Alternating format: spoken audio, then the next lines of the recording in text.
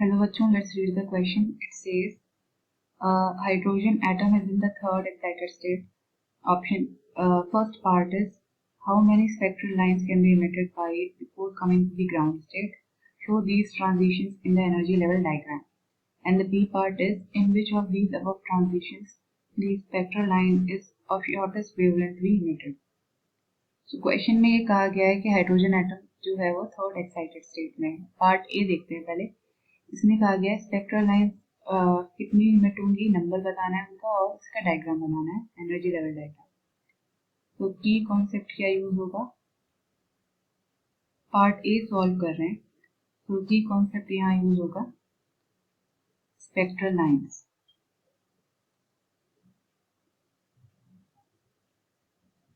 और number of spectral lines. तो जो लेट्स से यहाँ पे क्या कहा गया है, n third excited state, right. So n equal to 1, second level is n equal to 2, third level is n equal to 3 and fourth level is n equal to 4. ठीक है, लेवल वाइज देखें तो 4 लेवल है, लेकिन excited state के terms में देखें तो ये सबसे लोअर मोस्ट स्टेट होगी ग्राउंड स्टेट, फिर होगी फर्स्ट एक्साइटेड स्टेट, फिर होगी सेकेंड एक्साइटेड स्टेट, ठीक है, और इस सबसे ऊपर होगी थर्ड एक्साइटेड स्टेट. ठीक है, तो थर्ड एक्साइटेड स्टेट क्या हो जाएगा, n इक्वल टू 4 लेवल. सो ये जो लेवल होगा ये थर्ड एक्साइटेड स्टेट होगा. अब n इक्वल टू 4 तक का अगर हमें बताना है नंबर ऑफ ट्रांजिशन लाइंस कितनी होंगी, तो इसका एक फॉर्मूला है जो कि है n माइनस 1 डिवाइडेड बाई 2. ठीक है, जहाँ n क्या है, n है यहाँ पे लेवल. थर्ड एक्साइटेड स्टेट है लेकिन लेवल कौन सा है, फोर्थ, तो यहाँ n की वैल्यू क्या हो जाएगी, 4. So number of spectral lines क्या होंगी, n माइनस 1 डिवाइडेड बाई 2 जो कि कितना है 4 into 4 minus 1 is 3 divided by 2, तो इसकी वैल्यू आएगी 6.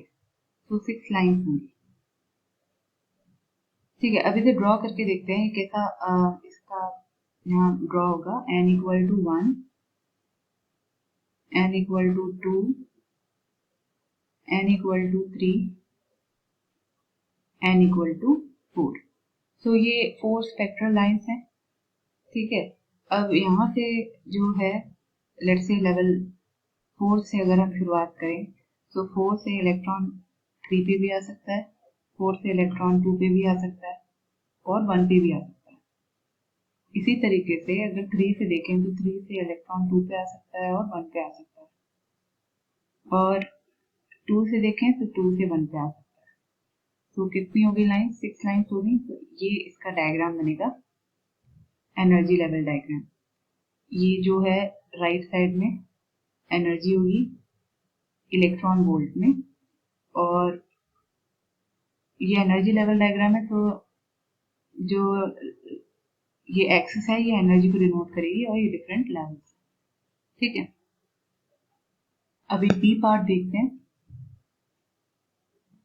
तो बी पार्ट कहता है in which of the above transitions will the spectral lines of shortest wavelength be emitted.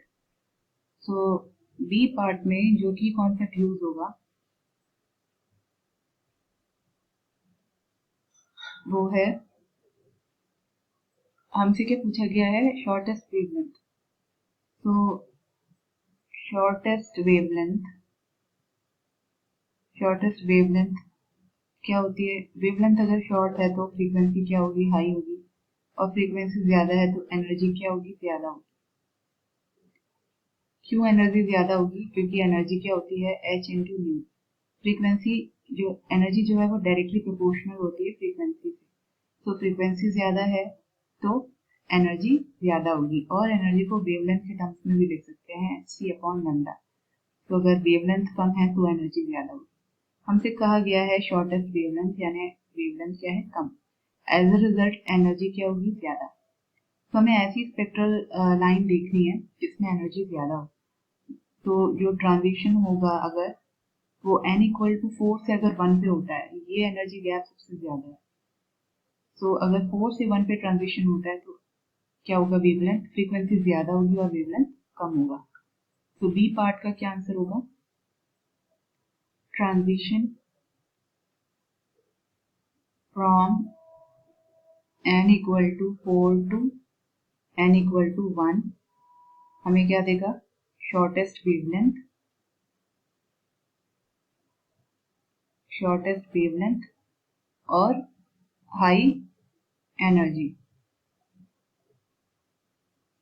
और इस वेवलेंथ को हम कैलकुलेट कर सकते हैं रिडबर्ग फॉर्मूले से, 1 upon lambda is equal to r times 1 upon N I square minus 1 upon N F square, जहाँ पे इनिशियल लेवल क्या होगा, N F square minus N I square.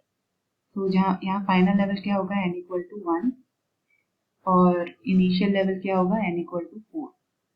तो इसका स्क्वायर करके r की वैल्यू, r एक कांस्टेंट है, इसकी सबकी वैल्यू रखने के बाद आपको वेवलेंथ मिल जाएगा और ये वेवलेंथ क्या होगी, शॉर्टेस्ट होगी।